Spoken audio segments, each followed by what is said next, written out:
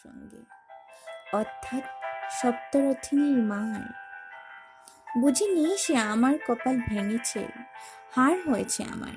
কিন্তু তুমি যার কথা লিখবে তাকে জিতিয়ে দিও আমার হয়ে। পড়তে পড়তে বুক যেন উঠে ফুলি, ফুল ছন্দন পড়ুক তোমার কলমের মুখে। তাকে নাম দিও মালতী, ওই নামটা আমার। ধরা পড়বার ভয় নেই। এমন অনেক মালতী আসে বাংলাদেশে, তারা সবাই সামান্য মেয়ে। তারা ফরাসি জার্মান জানে না, কাঁদতে জানে।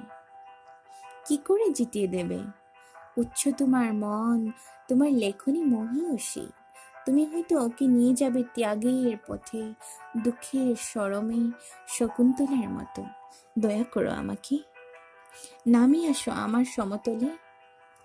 বিছানায় শুয়ে শুয়ে রাত্রি অন্ধকারে দেবতার কাছে যে অসম্ভব বর মাগি, সে বর আমি পাবো না। কিন্তু পায়ে যেন তোমার নায়িকা। রাখো না কেন নরেশকে 7 বছর লন্ডনে, বারে বারে ফেল করুক তার পরীক্ষায়। আদরে থাক আপন উপাসিকা মণ্ডলীতে। ইতিমধ্যে মালতী পাশ করুক এমএ কলকাতা বিশ্ববিদ্যালয়। গণিতে হোক প্রথম তোমার কলমের এক আছরে। কিন্তু ওইখানেই যদি থামো, তোমার সাহিত্য সম্রাট নামে পড়ব কলঙ্ক। আমার দশা যাই হোক, খাটো করো না তোমার কল্পনা। তুমি তো কৃপণ বিধাতার মতো। মেয়েটাকে দাও পাঠিয়ে ইউরোপে, সেখানে যারা জ্ঞানী, যারা বিদ্বান, যারা বীর, যারা কবি, যারা শিল্পী, যারা রাজা, দল বেঁধে আসুক ওর সারল দিকে।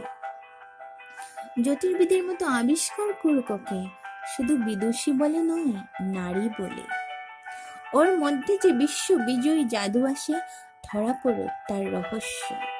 মোরের দেশে নয়, যে দেশে আসে সমজদার, আসে দরদি, আসে ইংরেজ, জার্মানি, ফরাসি।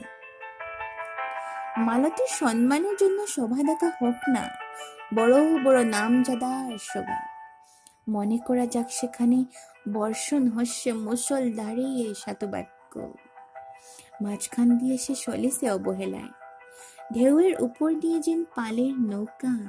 ওর চোখ দেখে ওরা করছে কানাকানি। সবাই বলছে ভারতবর্ষের সজল মেঘ আর উজ্জ্বল রৌদ্র মিলিছে ওর মোহিনী দৃষ্টিতে। এখানে জনান্তিকে বলে রাখি, সৃষ্টিকতার প্রসাদ সত্যই আসে আমার চোখে। বলতে হলো নিজের মুখেই, এখনো কোনো ইউরোপীয় রসজ্ঞর সাক্ষাৎ ঘটেনি কপিলে। নরেশ এসে দাঁড়া খেয়ে কোণে, আতেরের অসামান্য মেয়ের দল। আর তারপরে আমার নতেশকতি মুরল, স্বপ্ন আমার ফুরল। হায় রে সামান্য মেয়ের সঙ্গে।